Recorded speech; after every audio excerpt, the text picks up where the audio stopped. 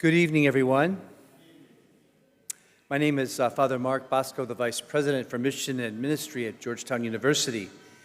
Welcome to a very special Dahlgren Dialogue, remembering Pope Francis continuing his mission. The Dahlgren Dialogues are a collaboration between the Initiative on Catholic Social Thought and Public Life and the Office of Mission and Ministry. For those familiar with dialogues, we have had 4 dialogues called the Francis Factor, so this will be our 5th way to kind of honor Pope Francis. So tonight, on the eve of a papal conclave, we come together here in this Chapel of the Sacred Heart with our virtual community online and with some of our panelists in Rome to remember and celebrate the papacy of Pope Francis and his vision for the Church. We frame our dialogue this evening within a moment of prayer, praying not only for the repose of the soul of Pope Francis, not only for the graces of his papacy, but praying for the Holy Spirit's guidance as the conclave begins to elect a new pope. Tonight, we discuss the way Francis shepherded the Church through some of the most turbulent years and the most pressing issues of the 21st century. We honor his call to be disciples of mercy, disciples of hope in this mission of the Church. Before we invite our panel up to the platform, I invite Cici Mesa, a student in the School of Foreign Service, to lead us in an opening prayer.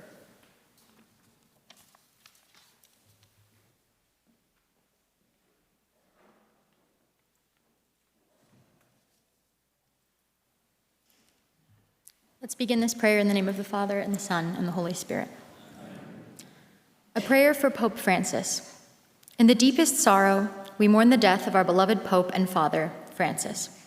And in gratitude, we give thanks for the life of Pope Francis, for his deep faith and his joy in the gospel, for the compassion he modeled toward the least of these, for the humility he practiced throughout his years, for his urgent concern for God's creation, and for the blessing of his very presence as the pastor of the Church. May we be guided by his example. May his teachings ground us, form us, so that we can carry on his good work as a memorial to our beloved Pope and our Father, Francis. Eternal rest grant unto him, O Lord, and let perpetual light shine upon him. May the souls of all the faithful departed, through the mercy of God, rest in peace. Amen.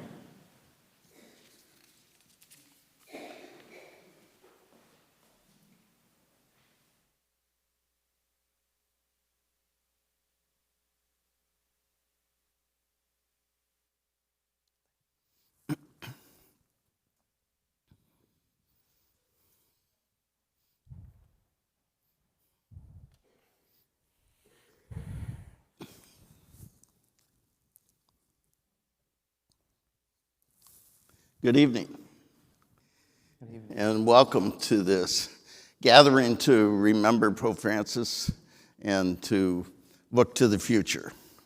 I want to welcome you all here this evening in beautiful Dahlgren Chapel on a beautiful evening, especially during finals week. We ought to add prayers for the students, I think. And a special welcome to the more than 2,000 people online who will be watching our dialogue. I'm John Carr, and I'm the founder of Georgetown's Initiative on Catholic Social Thought and Public Life here at the university. The work of our initiative is deeply connected to the message and leadership of Pope Francis. He was elected shortly after we began our work, and in fact, our first dialogue of the more than 200 we've had was Francis Factor. It's important to remember back to those 12 years ago. We are hearing now every day that there's a rule, actually I think it's a sin, if you say anything about anything that happened in the conclave. And of course, Pope Francis broke that rule. The day after he was elected, at a press conference, he described, as the votes were piling up, he said, his friend, Cardinal Bray, leaned over to him, gave him a hug, actually gave him a kiss, and said, "Do not forget the poor." And Francis said, "That's when I decided that I would call myself Francis, a man of the poor, a man of peace, and a man of creation. Tonight we look back on a pope for the poor, for peace, for creation. And we look ahead to the challenges facing our family of faith and our new Holy Father. And we do so with a wonderful team of leaders. And let me introduce them to you. The first is Rabbi Abraham Skorka, a senior research fellow for Jewish studies and Jewish Christian relations here at Georgetown. He previously served as a rabbi at a major congregation in Buenos Aires, Argentina. And he and Cardinal Bergoglio became great friends and wrote a book together called On Heaven and Earth. Sister Norma Pimentel is the executive director of Catholic Charities in the Rio Grande Valley. She's the leader of the Humanitarian Respite Center for families fleeing violence in Central America. Pope Francis praised her work with refugees and immigrants coming to the United States. And in fact, she has been called Pope Francis' favorite sister because that's how much he liked her. Andrew Prevost is the Amaturo Chair in Catholic Studies and a professor of theology here at Georgetown. He's had a journey. He got his degrees from Notre Dame and then taught at Boston College, but he has found his way home here to Georgetown. You may know his work, The Mysticism of Ordinary Life and Thinking Prayer, Theology, Spirituality Among the Crisis of Modernity. Ann Thompson is an award-winning reporter with NBC News, where she covers the environment, economic issues, healthcare, and especially Pope Francis and the Catholic Church. She is a proud graduate of Notre Dame, and ecumenism extends to the fact that she is also a great friend of our initiative here at Georgetown. Kim Daniels is also joining us from Rome. Kim is doing an outstanding job as the director of our initiative here at Georgetown.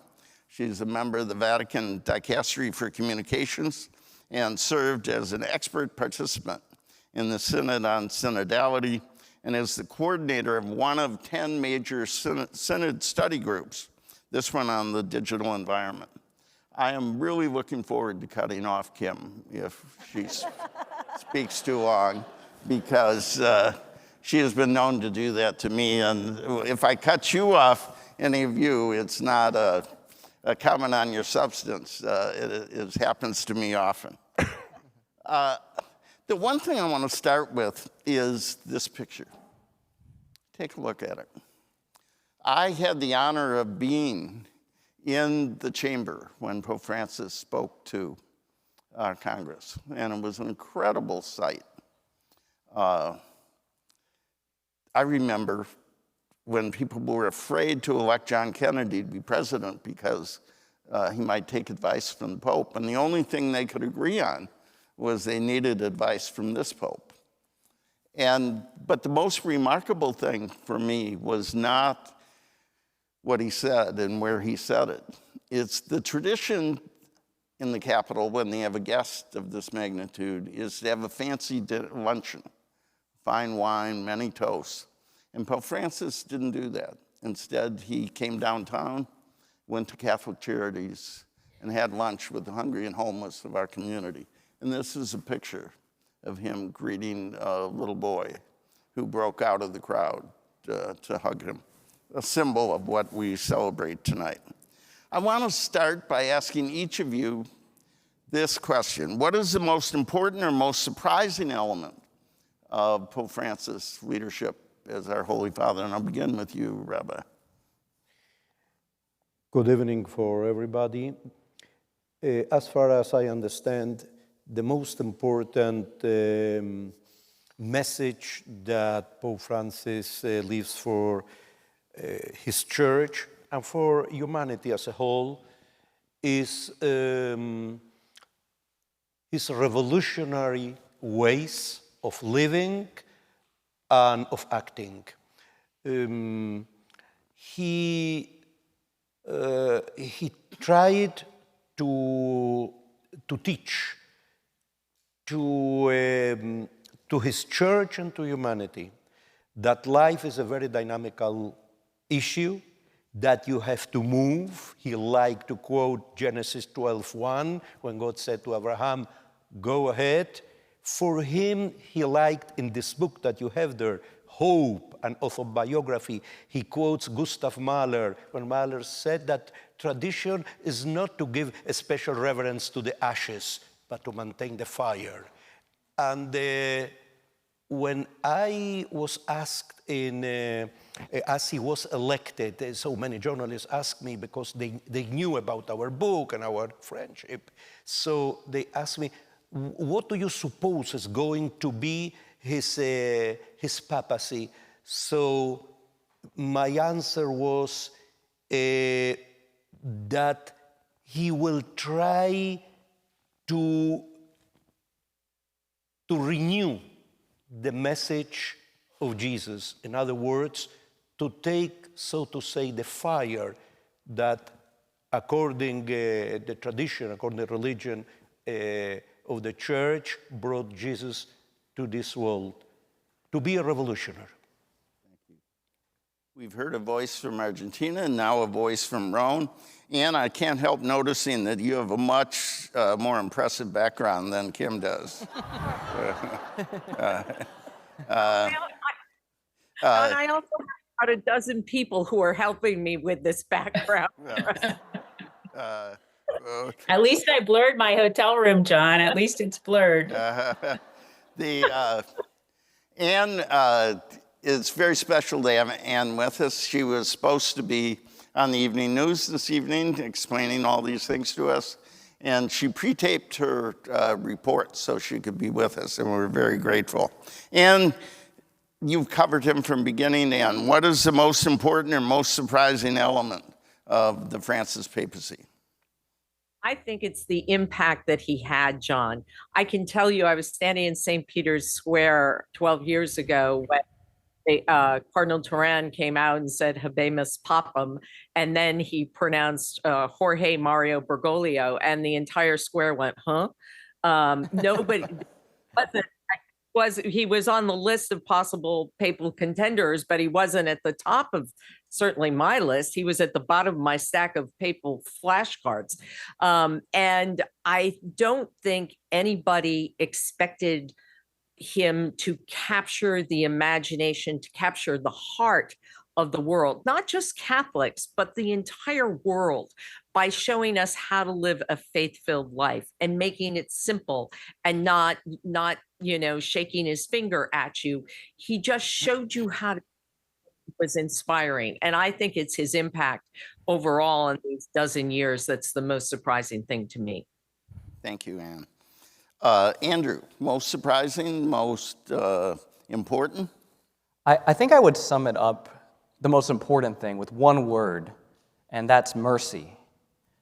That's what he took as his motto. We can see it in all of his teachings and all of his actions. And one of the first things he said as Pope was, I am a sinner. I am a sinner who has received the mercy of God. And this stunned people. Why is the Pope calling himself a sinner? But it's because we all are. But you don't stop there. You go to the mercy of God. And to me, my thought was, that's the most Ignatian thing I've ever heard. It's right out of the first week of Ignatius' spiritual exercises. This is what it looks like to have a Jesuit pope. As someone who understands we are all vulnerable, fragile human beings, but that's answered by a love that's greater than we can imagine. And so, to me, that's something I will always cherish about Pope Francis. In some ways, a Jesuit pope with Franciscan values is maybe stronger than both of them alone. I don't want to suggest anything. Sister, most important, most surprising? Well, it has to be when he actually looked at me and said, I love you very much, It was something that I definitely was not expecting for him to call me out. It was so surprising for a Pope to actually notice me, It was so amazing. And so I have to say that that changed my life from that moment forward. But the moment that he was announced that he was Pope, and he knelt down before the whole world and said, "Pray for me," I think he showed his humility and his invitation for all of us to join him as he moved forward. Sister, we've been friends for a long time. I tell you I love you all the time. I'm going to have to start calling you Pope then. Kim, most surprising, most important. I echo what everybody else says, John. I mean, all of these moments are just so striking. For me, something that really stands out was something that he wrote in Evangelii Gaudium, one of the first, the first major document, the blueprint of his papacy. And Pope Francis said the church must be a place of mercy freely given, where everyone can feel welcomed, loved, forgiven, and encouraged to live the good life of the gospel. And to me, it's all captured in that, right? It's mercy, it's welcome for everybody. And most of all, I want to focus on the phrase, the good life of the gospel, because this isn't something sad or gloomy or grim. This is joy. It is the joy of the gospel. It's a dynamic, hopeful vision that he offered us of a home with open doors, with a special focus on those most in need of mercy and accompaniment, and especially the poor. Thank you. Let me turn to you, Anne, for a little bit longer conversation. You've covered Pope Francis, as you said. He was at the bottom of your flashcards. I think the odds for Francis, for Bergoglio, were 150 to 1. So we could have paid for the initiative with a good bet. And now you're covering his funeral. He was laid to rest in that modest place at St. Mary Major, which he loves so much. And now you're covering the conclave, which begins tomorrow. So I want to get right to the question we have on our minds. Who is going to be the next pope? Oh, I can't tell you. Just us. We have Jesuits. We can get around the pontifical seal. I went to Notre Dame, so I got an issue. But let me more seriously. I didn't expect you to answer that. And let me just say, if you haven't seen it, last night on the NBC News, there's been all this who's up, who's down, what Francis did well, not, all that. Anne had the most remarkable report of a place where prisoners make wonderful pasta. And this is the place that Pope Francis gave all his money after he died. And Anne, while everybody else was chasing around the Vatican, Anne went out to talk to this man who was so incredibly moved. And the story, to see the prisoners whose feet he had washed years ago, it tells us something. I want to follow up on what you said. You've covered a lot of leaders. And Pope Francis, why was he such a compelling person, not only for Catholics, but as you said, for all believers and people who had no belief?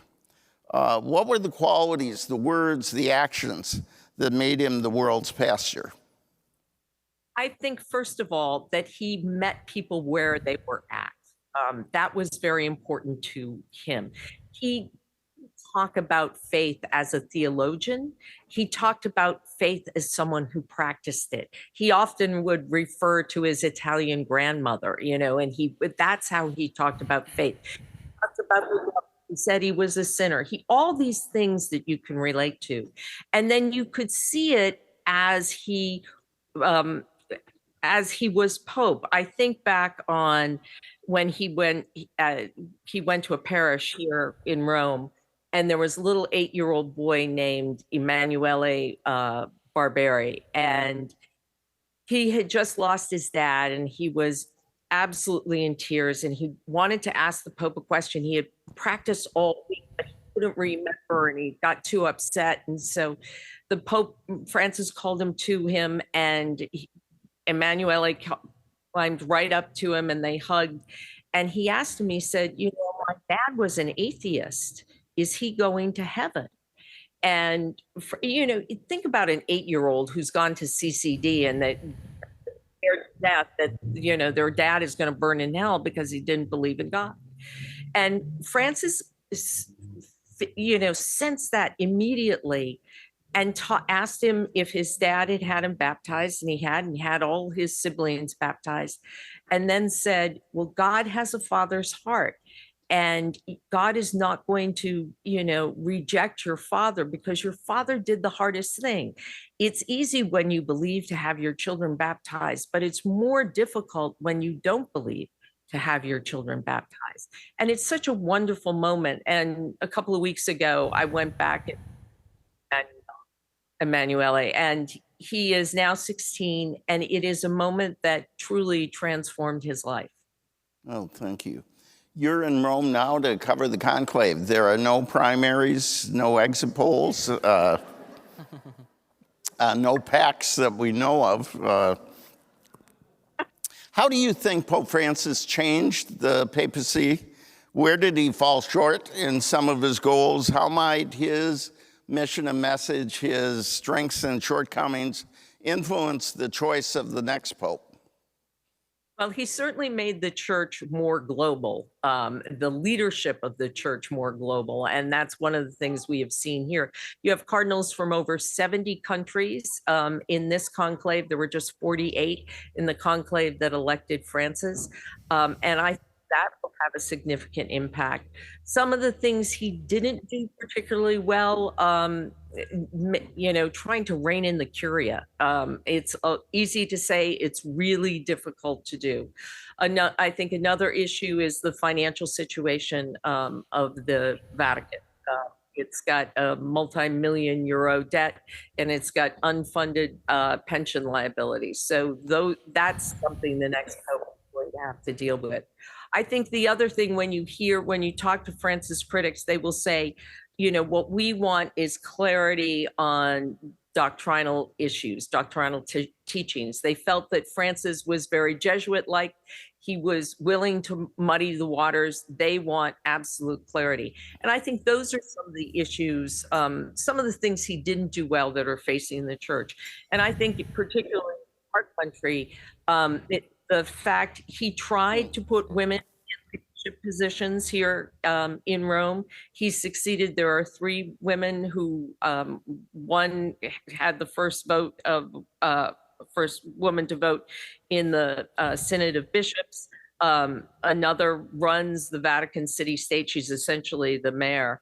And then a third is head of the dicastery. And that's progress, but is it enough? I mean, when you think about it, women are the ones who pass down the faith, and now there are more young men than young Catholic women going to Mass. So times ahead.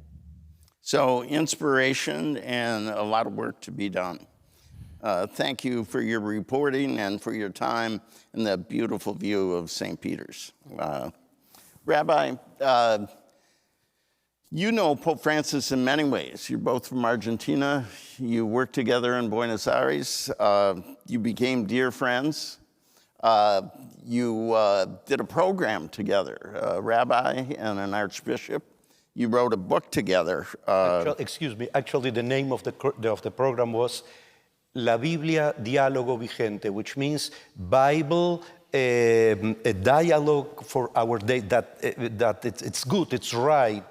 Even nowadays, or for our days also. Yeah. I was rereading the autobiography of Pope Francis. I don't know what Amazon thinks of me, but they sent me the large print edition. That's some kind of statement.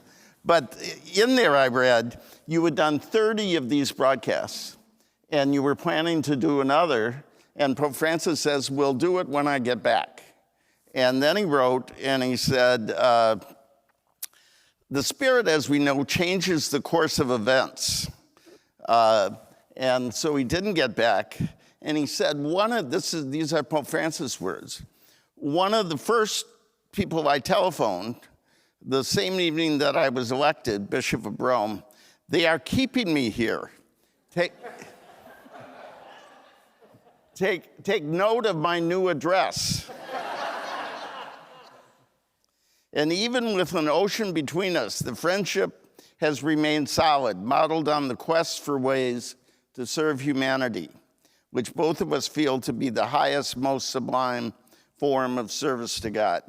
So part of me just wants to say, what is it like when your friend becomes Pope? How did the two of you come to be friends, work together, write this book together? Talk about that friendship. I will give my explanation about how we became really so close friends, really close friends, because he prayed for me and for for problems that I had in life, in the same way that I pray for him. I suppose, and this is my interpretation of our story, that what I know for sure is that day after day he used to read the newspaper La Nación. And in the 90s, in Argentina, and in the 90s, I published several articles in La Nación about the importance of the interfaith dialogue. This is point one. Two, he had a special commitment, undoubtedly, with all the documents of the Second Vatican Council.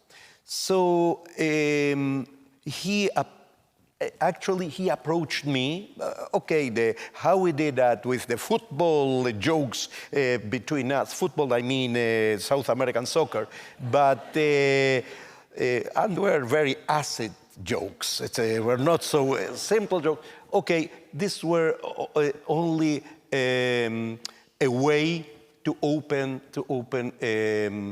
the door of his life and to tell me, okay, would you like to work, to do something together? And we began working together.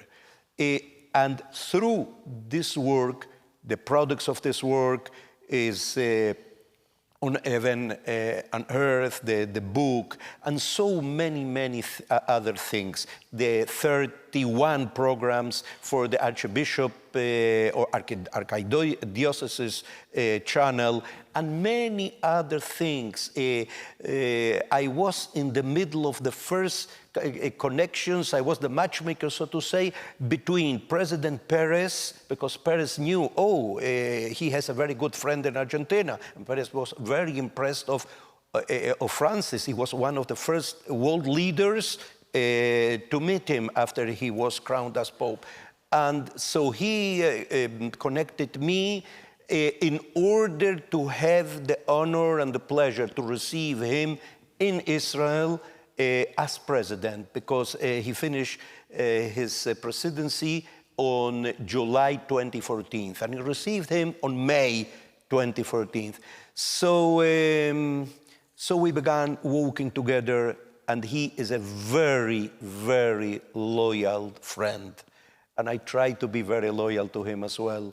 So very, very briefly, how it was our beginnings. He tried to do something in the interfaith dialogue, the Jewish Catholic. And I was then the rector of the rabbinical seminary and the rabbi of B'nai Tikva congregation. So he is very, very intelligent, very clever. I say, maybe that he could be my counterpart in this dialogue. And so began this history. Well, you're a very loyal friend as well. One of my favorite pictures of Pope Francis was a picture of you, Pope Francis, and I believe the Muslim leader, Omar Aboud, at the Western Wall, embracing at this place holy to all these faiths. You talked about him being willing to take risks in religious dialogue. What are the challenges ahead of us? What's going to face the next Holy Father? These are very tough times. Ukraine, Gaza, Israel, Palestine, all sorts of pressures. What can we look back on Francis and his leadership, and what should we look ahead to build bridges, not walls, when it comes to interfaith dialogue? I would say that the religious factor is one of the most important elements in this kind of wars that we are facing in our reality. Undoubtedly, that the war between Palestinian and Israel, which actually is not only Palestine and Israel, Iran is behind. Iran is the great worker behind, and many religious elements, even in Ukraine and Russia, there are many religious elements producing hate, producing prejudices. So we have to work in order to purify our religious, because in our Judaism, we have also very extremist religious people, very. And we have to emphasize again, to purify our religious sentiments in order to transform them in tools for peace. And this is the challenge that Francis took in his hands, and undoubtedly the new Pope must take this in his hands with God's blessings. The struggle for peace, many of us feel a loss with the death of Pope Francis. But can you imagine that parish in Gaza that every night would receive a phone call from our Holy Father? Somebody said they knew he was really sick when he could not call. So, Andrew, let me turn to you. You're a theologian. I mentioned your degrees. I mentioned your books. There's something else in your Georgetown biography that I found even more interesting. It said, he traces his roots to the mixture of French and African peoples in antebellum slaveholding Louisiana, to settings and times not far removed from the 272 enslaved persons sold by this university in 1838. Through his work, these his words, he hopes to honor his ancestors and contribute to a future of greater peace and justice for this country and the world.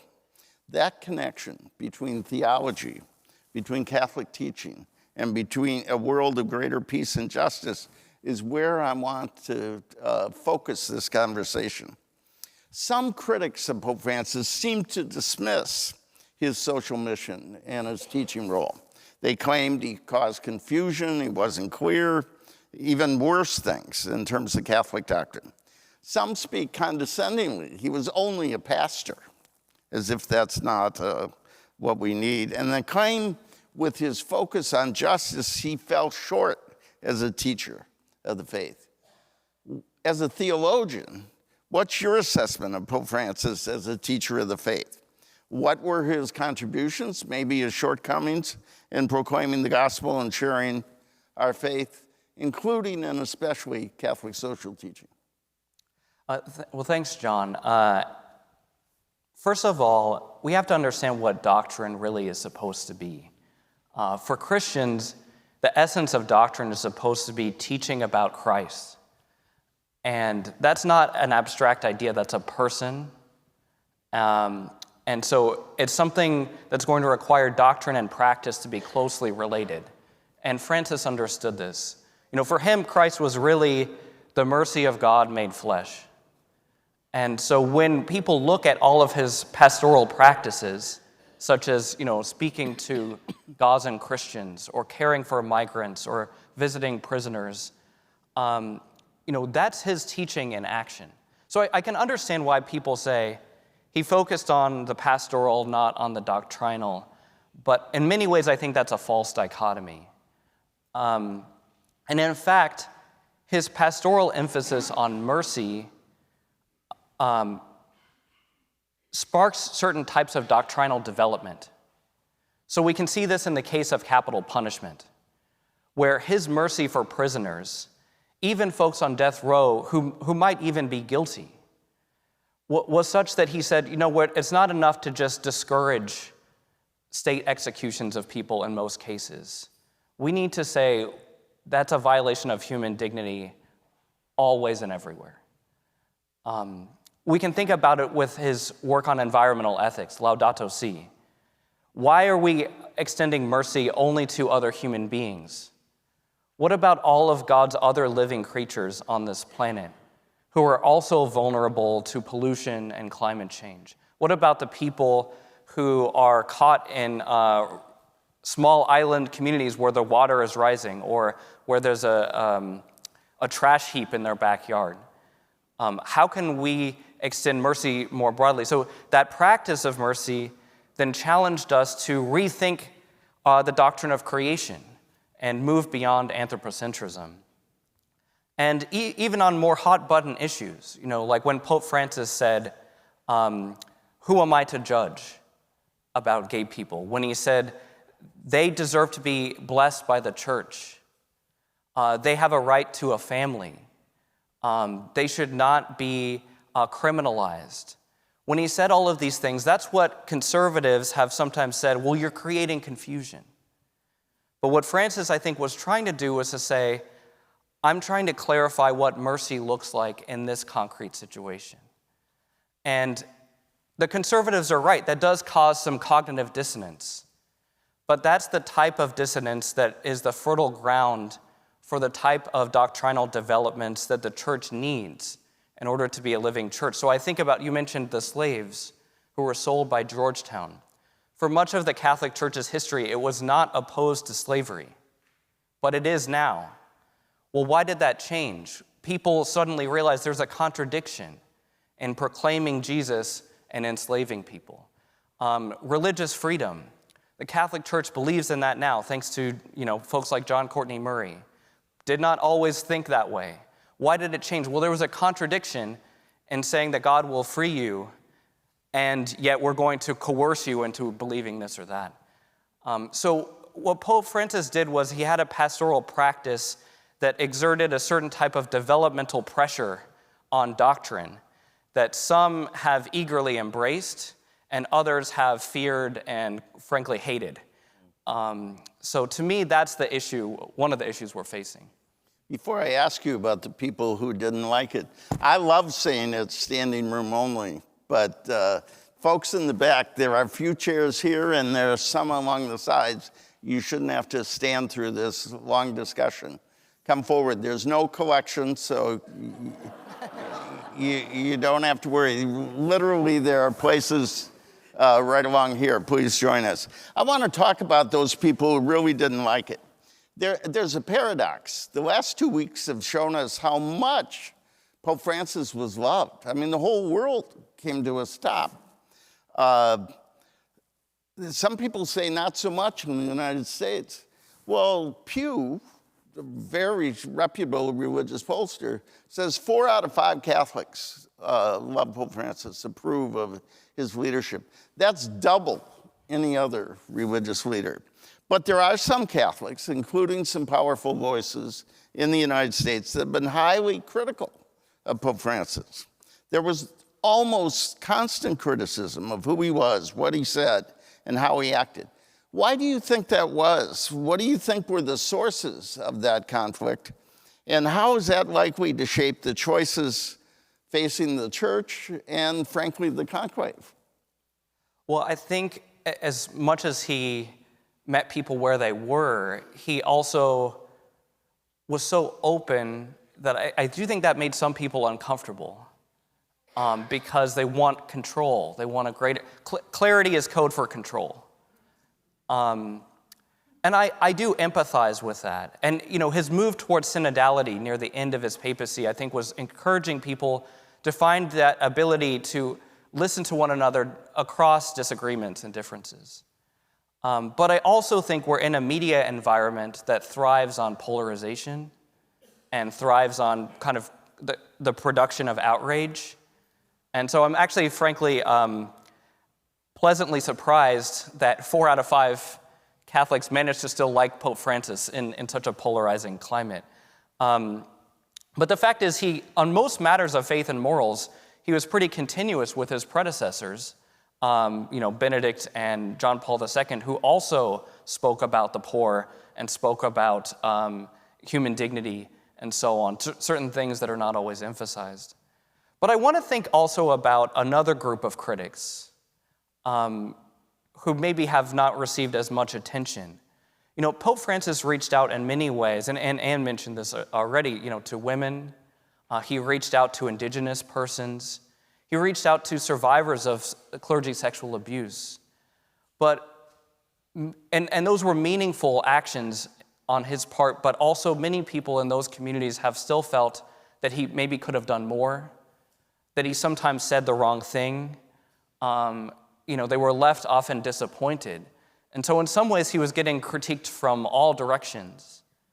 And so, again, to go back to mercy, he knew that he was a flawed person, imperfect, and in need of God's mercy, just as we all are. One of the worst moments probably of Pope Francis' papacy was when he went to South America and defended bishops who had covered up abuse and attacked the survivors, said he knew them. And it was just a jarring moment. And he got home and Cardinal O'Malley and others said, you need to listen more. And what happened is he brought some of the survivors, our friend Juan Carlos Cruz, who's been a part of our dialogues, and he sat with them for a weekend and listened to their pain and suffering and believed them.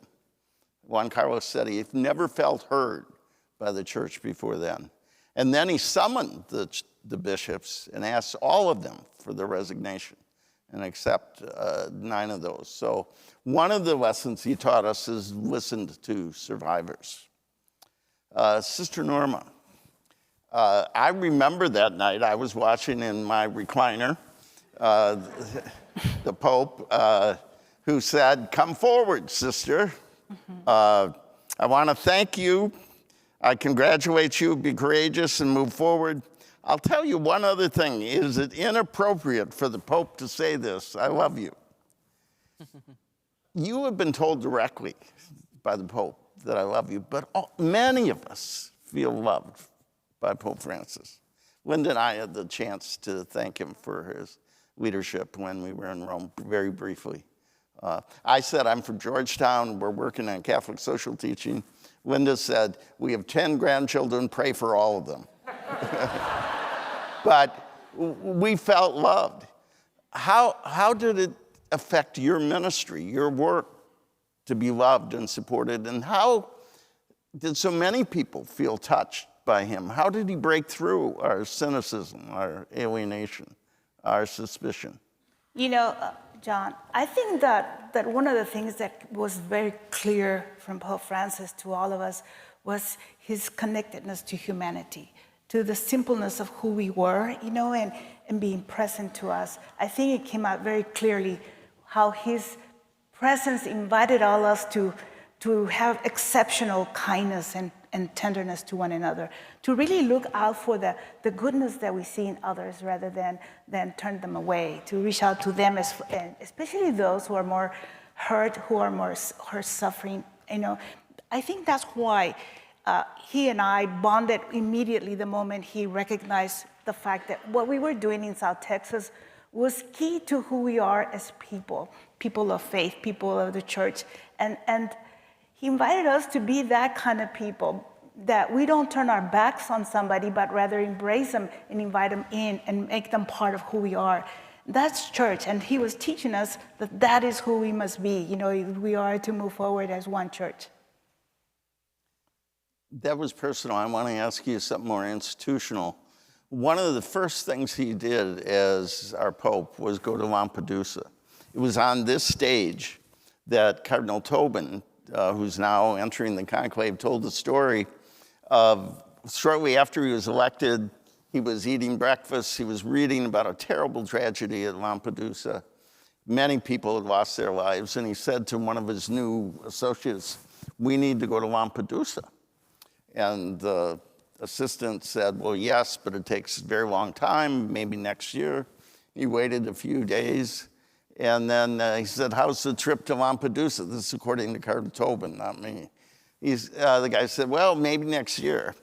And so the next day, the Secretary of State got a call. And they said it was the president of Alitalia Airlines. And they said, you ought to know that someone named Bergoglio has purchased 2 economy class tickets to Lampedusa for next week. And so that's how he began his ministry. And one of the last things he did was write a letter to our bishops, telling them to stand up for immigrants and refugees. How did the people you serve see Pope Francis as he tried to defend them? And how did he try to take this very divisive issue in our own community, in our country, and try and frame it as a moral issue, a spiritual issue, a human issue, instead of a political issue? So what did it mean for the people you serve to have the Pope standing up for them, and how does he challenge the rest of us? You know, I want to start by answering that by saying that immigrants is sort of like a naughty word today. You know, it's something that we must not say, it's bad, and it's terrible. And I think out of everything that has happened in our life during Pope Francis's time, I think he left hurting from the fact that how immigrants are treated here in the United States, you know? And the fact that I went to Rome was a miracle. And let me share why. Because it turns out that I wasn't planning to go. It never crossed my mind that I could go to Rome for his funeral. And the day before the viewing of Pope Francis, I was at a meeting with two of my staff, and I said, you know, it would really mean a lot if I was in Rome at the funeral. And at that moment, I received a call from this lady from the valley, from the Rio Grande Valley, who I don't know personally. She calls and she says, please tell Sister Norma that that I want to pay her trip to go to Rome, because I thought, I couldn't believe she was answering my wish, you know? And so there I go. You know, it was an amazing moment to be there before Pope Francis, and bringing all the love and prayers from everybody, but from back home. But when I got back, I went to visit this lady, and just to thank her for making this possible. And she said to me, she said, Sister, I heard Pope Francis tell me whisper in my ear, that's what he said, help her. You have the means of helping her go. For me, that meant that for Pope Francis, it was important, myself, who represent immigrants here in the United States, to be able to be present and highlight the fact that immigrants must be treated with dignity and respect. And I represent that to so many people here in the United States. That's why I think he wanted me to be there. What a story. What a story. Kim, you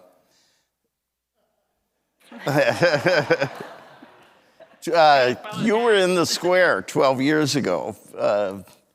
Our initiative started 12 years ago. Pope Francis accompanies a lot of things and a lot of people. He has really accompanied our work together.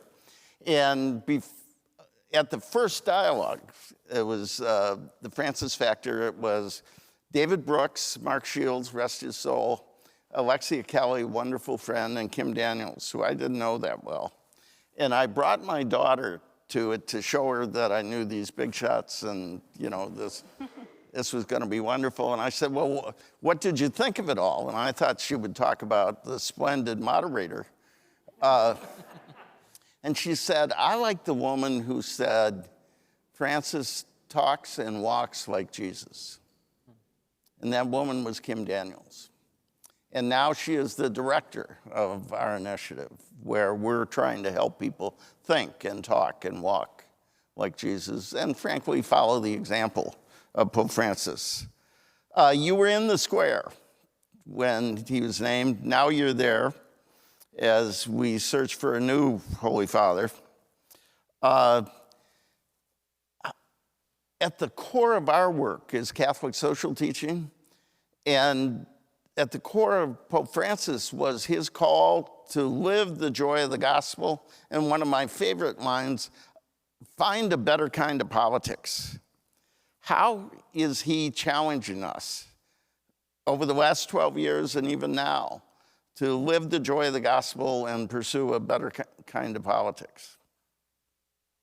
Well, first, I think maybe the best way to answer that is to go back 12 years, John. And the first thing I want to say is just gratitude to you, for bringing this initiative where it is today, for starting out with a focus on Catholic social teaching, on focus on a better kind of politics, and bringing Pope Francis to the conversation and to all of us. So I want to start with gratitude to you for founding the initiative and bringing us from that time 12 years ago to where we are today. I also want to go back to that moment in the square for me, because I think it's a good moment to think about the joy of the gospel and the better kind of politics. For me, it was I was there for the conclave, covering it, doing media, etc. And I had never been to Rome. And of course, I had never been at a conclave in any form or fashion. And I really viewed the U.S., the church, through my United States lens. I had just that was my only perspective, and I had a pretty limited perspective within that as well. And in St. Peter's Square that night, and that whole few days, really, that whole week, you really experienced the global church. There were people of all ages and nationalities, joyful, hopeful, singing this unity and diversity that we have as a Catholic church. And then Pope Francis walks out and he asks us to bless him. And it's just this extraordinary, extraordinary moment that taught me that it was in unity and love that we best and most effectively witnessed to our faith. And that made me experience the joy of the gospel. I think that's what he called for witness to the unity and love at the heart of our faith on the one hand, and then looking outward, not inward, but outward to our global family. And so what does that look like in terms of a better kind of politics? I think it looks like a few things. And the first is dialogue and encounter, which Pope Francis emphasized so many times and so often. Called us to engage and persuade, not demonize and dismiss people. He taught us that we learn more by the encounter with a person, that reality is greater than ideas, and that encounter matters more, everyday life matters more than encyclicals or words on paper. And then he also taught us that a better kind of politics is rooted in a priority for the poor and the vulnerable. He talked about the Good Samaritan all the time and those lying wounded by the roadside, and how that was the heart of the gospel, the beating heart of the gospel. And then finally, todos, todos, todos, right? He said everyone has a home in the church, and that's what we needed to witness to, and that's what we needed to remember. And this life of dialogue and encounter and mercy and priority for the poor, all that leads to, as I said at the beginning, the good life of the gospel, the joy at the heart of our faith. It's just a remarkable, remarkable witness in our modern world. Thank you for that. There is this odd sort of, in some quarters, dismissal of Catholic social thought as not real doctrine. Pope John Paul II contradicted that. Benedict, in many ways, might be the best teacher of Catholic social doctrine. But Pope Francis lived it, but he also taught it. How did he advance, affirm, expand, and live out the principles of Catholic social teaching? And how has he, in doing that, helped all of us to see this as integral, and help the church and the next pope understand this is at the core of who we are? This is Jesus' mission to bring good news to the poor. This is the Beatitudes. This is Matthew 25. This is at the heart of who we are. How did he teach us that? How did he show us that? And how might his successor build on that legacy? It's fascinating to me. I mean, Catholic social teaching was just at the heart of Pope Francis' papacy, from his words, from his actions, his major writings, his major travels, and his everyday engagement with the people around him. He focused on solidarity and service to the poor, who he called those dearest to the Lord's heart, throughout his pontificate, from, again, Evangelii Gaudium, which is the blueprint for his papacy, to that extraordinary moment, which I was thinking of during the funeral, when his coffin was here in the center of St. Peter's Square and seemed, even though there were so many people around, seemed so alone. I was recalling that moment at the very beginning of the COVID pandemic, when he stood in the middle of St. Peter's Square in that iconic just iconic moment in the pouring rain. And he said, "Be not afraid." And he called us to remember that we were there to keep the faith and not lose hope, and that we were one family together. And that's the essence of Catholic social teaching as well. And then he followed on that with not, again, just not, there's this effort to give hope, to give faith, to triumph over fear, respond to fear. But then he had the series of summer catecheses following that focused on solidarity, subsidiarity, the common good, the principles of Catholic social thought, as a way to say, you have to put these principles into action. And the church has a large body of teaching and of practice about how to do that.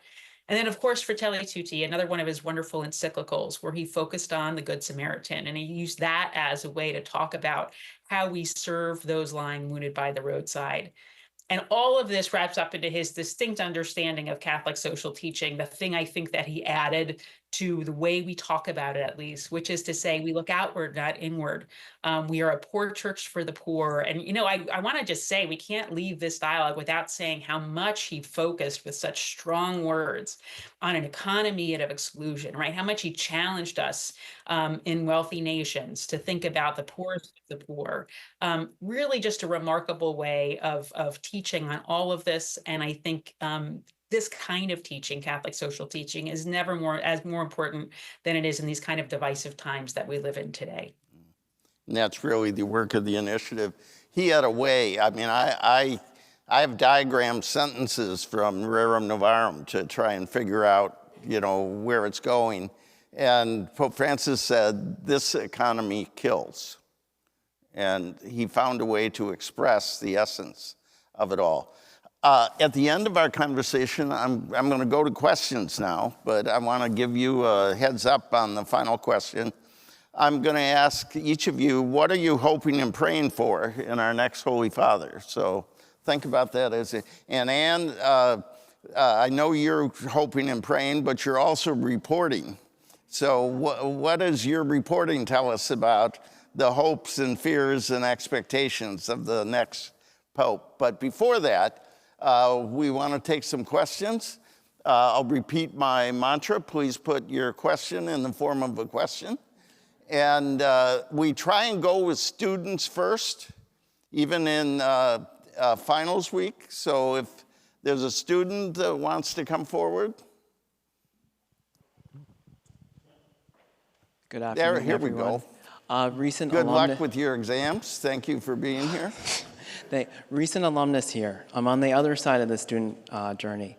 I just wanted to thank you guys for such an awesome panel discussion, really lifting up Pope Francis's life, really incredible. Excuse me. Pope Francis said that mercy always has justice as a first step. And when I hear that, I set myself the scene of someone coming to me saying, have mercy on me. I would, in that instance, have the opportunity not to harp on the offense and at least to acknowledge it as the inroad for greater, more authentic relationship. Mercy being our not receiving what we've earned, as opposed to grace being receiving what we haven't earned. But I'm getting to the question. Trust me. I'm counting on you. Counting on me. Okay. So I think also about the priest scholar Luigi Giussani, who says that protagonists in life are the beggars who, approach life from the position of a beggar. Please God, have mercy on me.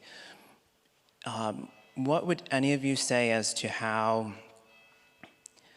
Pope Francis's way of being and his attention to mercy has us all around the world invited to position ourselves as beggars in need of Christ's mercy? This really builds on what you were saying about mercy, Andrew. Why don't you try and respond? Well, sure. Thank you for the question. And I like that you lifted up the intrinsic connection between mercy and justice in Francis's writings. And mercy is a complex concept for him. It's God's mercy for sinful people, that includes all of us, but it's also the compassion that we show toward those who are most vulnerable, who are suffering, and who have been done an injustice by often, large-scale forces in the world. What is justice? It's giving each person their due.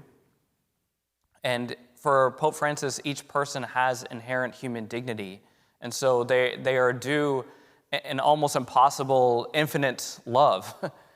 And that looks a lot like mercy when you put it into practice. So I just want to affirm the spirit of that question and say, yes, that's part of our human condition. We're all in need of that mercy from God and from one another.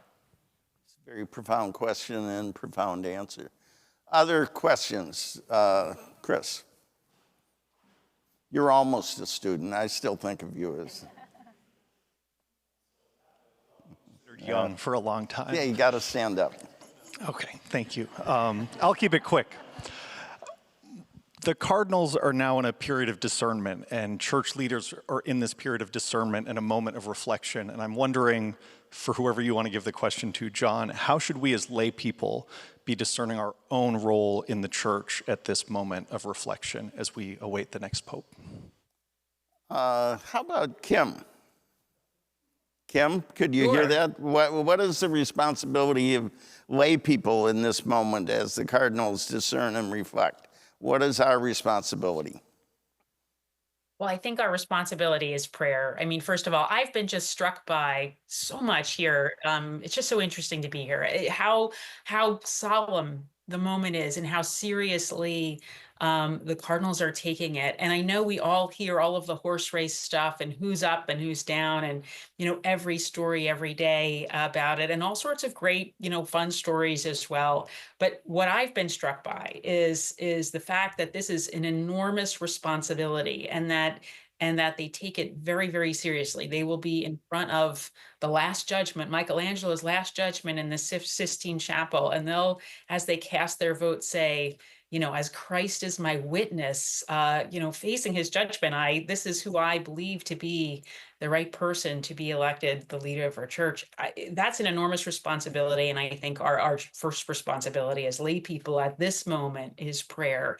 And then I think as we follow on from whatever happens, wherever comes out of this, I just am also feeling a great deal of peace as to what the result will be. I think that we are a church that thinks in centuries, and I'm confident that we will go forward as we have before, with the Holy Spirit guiding us in the right way for our time and for our place. And I think it's, as lay people, our job to be both leaders in that and co-responsible for that, and following on the road and processes that Pope Francis has put in place, and participate in it.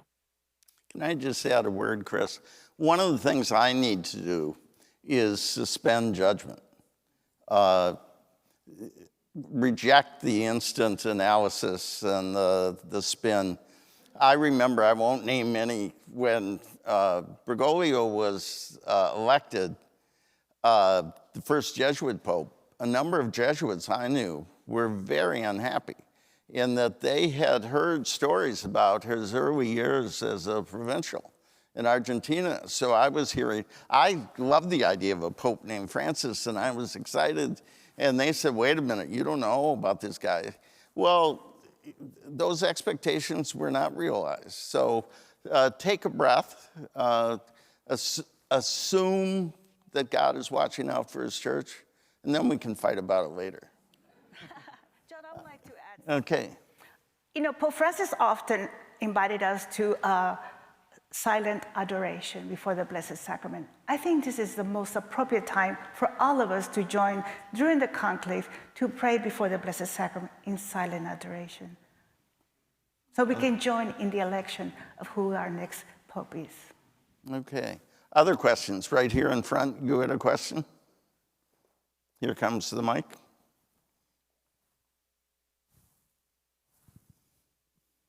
It's kind of building on that question. As a lay person, watching right now, it feels like, quite honestly, most of the power is in the hands of the cardinals and official people who are much higher than us in the lay community, the average person in the pew. As someone who, and not that I hear the ideas of where he fell short, but who believes that much of the general message of Pope Francis, what can I do as an average person in the pew in the next 5, 10, 20 years so that his ideals still go on and carry on in our faith, in our everyday community, that it doesn't just sort of get pushed aside later on with someone new who goes in a different direction, but that these critical ideas that he's talked about, mercy, compassion, the broadness of our faith beyond one or two strong little rules, what can we do as the average person to allow those to carry on and that they continue to be a part of our faith? Rabbi, you're not a lay Catholic, but we'd welcome you. But you have been an ally and a friend and a co-worker with Pope Francis, so you know something about not being a cardinal and advancing the justice and the values that were spoken here. Well, how do you think all of us, Catholics and people who are not Catholics, who care about the witness of our church, what responsibility do we have? Look, I am going to answer to your question because the question was really a very important question. What can we do in order to honor the memory of Francis? Very simple. Try to take seriously his very deep message. Take a behavior of humility. I hope that he coined some messages with his attitudes in the Vatican. For instance, he didn't live in the apostolic palace. He preferred to live in a very humble apartment in Santa Marta. I hope that the next Pope will continue this way. Because beyond all the discussions, beyond the left side and the right side and the conservative, he refreshed a message. I say refreshed because this is the message of Jesus, that I, looking from abroad, the whole history of Catholicism, not always Catholic people or Christian people at large really behaved on the way of Jesus taught. So he tried to emphasize Jesus was a very humble person. Try you to be a very humble person. Jesus was a person of mercy and justice. Try you to be a person of mercy and justice. And by the way, I'm between parentheses, the idea of mercy and justice, both together, is you can find that in the Bible. In the Hebrew Bible, in Deuteronomy, you find the teaching and ve'asita ayashar ve'atov, you must do the right and the good. And the same appears in Psalms, that the throne of God, the base of the throne of God is tzedek u'mishpat from one side, which means right and justice from one side, and rachamim and mercy from the other side. So you have to, what he taught must be a guide, a light for everyone. I feel like that must be what those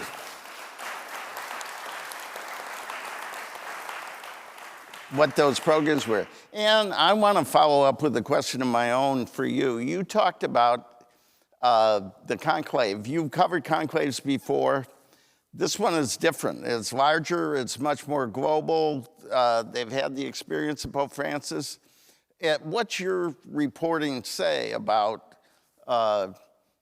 what's going on, how people are preparing themselves? How does it feel the same and different than the reporting you've done in the past? I think this is much more uncertain. There is, I would say, and I've talked to a lot of people, no clear consensus on at this moment, at least earlier today, as to who should be Pope.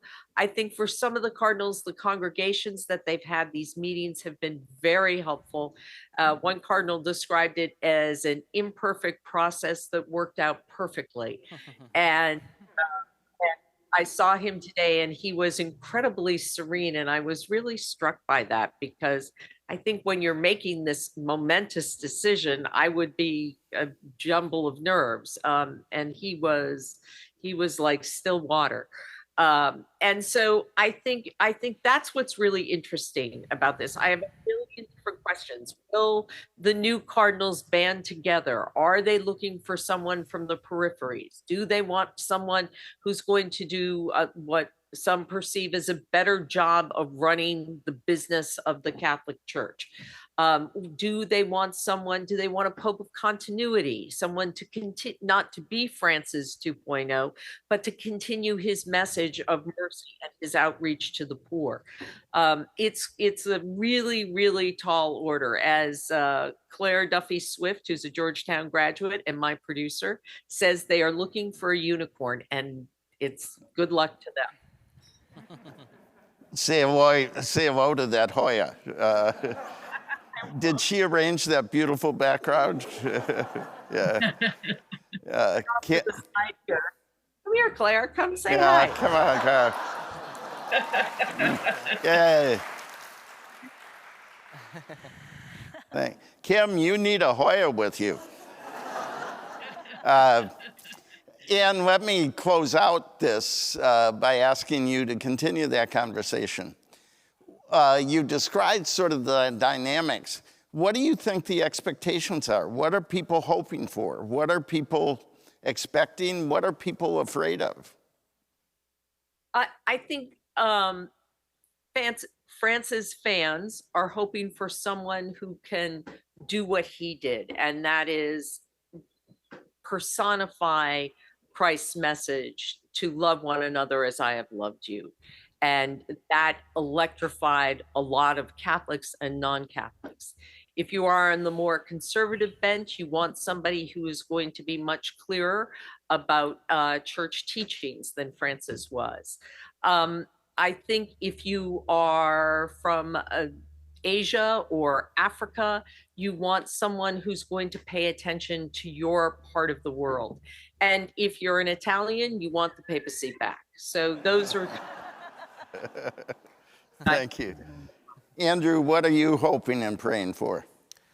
I hope that our next Pope is not someone with a big ego. I want someone who's not interested in themselves, who doesn't wake up in the morning, look in the mirror and think, yeah, it's all about me. We're in a world where that's such a temptation.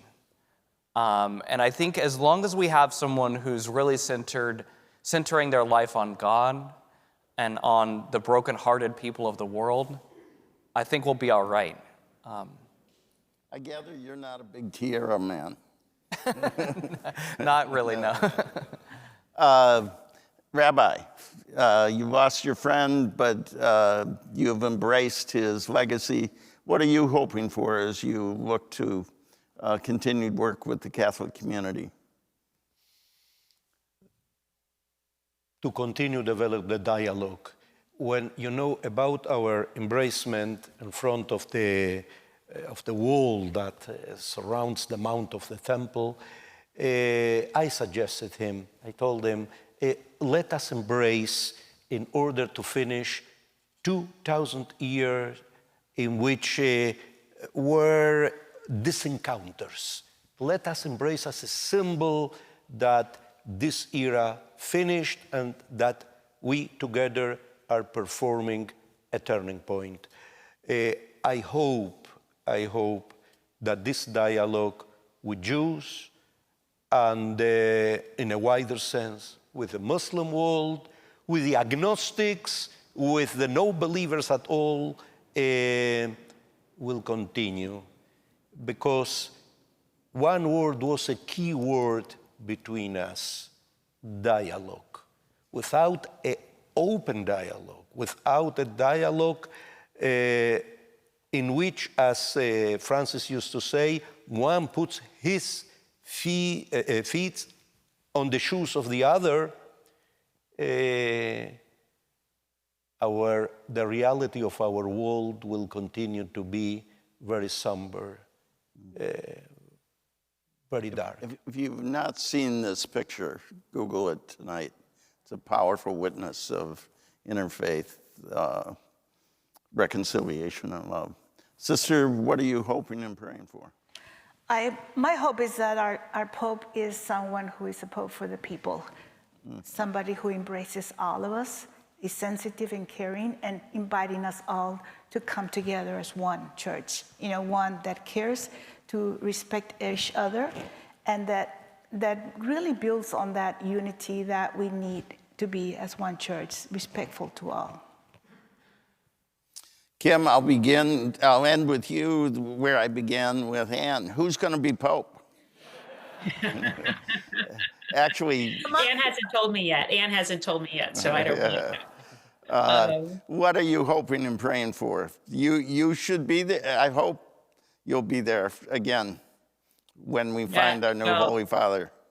I do too. A friend of mine and I were after Mass on Sunday, we're talking about the gospel and how appropriate it was. And Jesus asked Peter 3 times, "Do you love me? Do you love me? Do you love me?" And I think what we need in our next Holy Father, just like we had with Pope Francis and Pope Benedict and Pope John Paul II and all the popes going before, is it's someone who loves Jesus and who draws people to our Catholic faith by the witness of that love. Someone who reaches out to the lost sheep, first of all, and someone who knows that we're a home with open doors where all are welcome. Thank you. Tonight, we heard about a Pope who, with his humble ways, his powerful example, and his strong words, became the world's pastor. He offered mercy, not judgment, encounter, not lectures, a church that listens and invites people in instead of pushing them away. He looked at the economy from the bottom up, at the church from the outside in, and at the world from the peripheries, not from places of power. I hope tonight each of us will say a prayer for our church and world, that God will bless us with another good shepherd. I want to remind you that the resources from tonight and from these good people will be available on our site, and that a recording will be posted in the next day or two. If you're here in person, I want you to join us for a reception in the Healy foyer. If you're in Washington and watching online, you're going to miss a good conversation, good food, and a sense of solidarity and community. You ought to come next time. I'd like to thank our colleagues in the Office of Mission and Ministry, especially Father Mark Bosco and Ryan Craig, for helping bring this together. I want to thank Cece Mesa for offering our opening prayer, and as always, my colleagues, Kim Daniels, Kimberly Mazik, Anna, I always say Misla, that's her old name, Gordon, Christensen, and our friends, our fellows, Vero and Kira, for their help in organizing this effort. And I especially want to thank all those who have joined us online and here in a very full Dahlgren Chapel. Please join us in a moment in singing our final hymn. But before that, join me in thanking Rabbi Skorka, Sister Norma, Andrew, Ann Thompson, and Kim Daniels. Thank you very much. We need you go.